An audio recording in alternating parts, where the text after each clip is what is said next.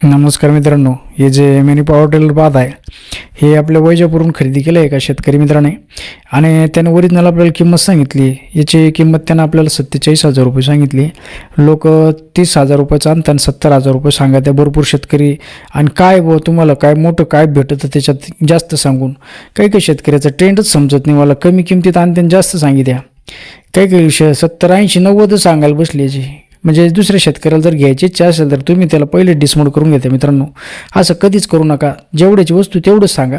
2-5 हजार रुपये इकडे तिकडे होऊ शकते. पण तुम्ही जर 30-30 हजाराची वस्तू 70, 80, 90 काही म्हणायला लागले शेतकऱ्याला जर घ्यायचं असलं एखाद्या गरीब शेतकऱ्याला, लहान शेतकऱ्याला, तर त्यानं तुम्हीच जर शेतकऱ्याला फसवायला लागला तर मग काय त्याच्यामुळे दुकानदार रेट वाढून देतं. मित्रांनो, असं कधीच करू नका मित्रांनो.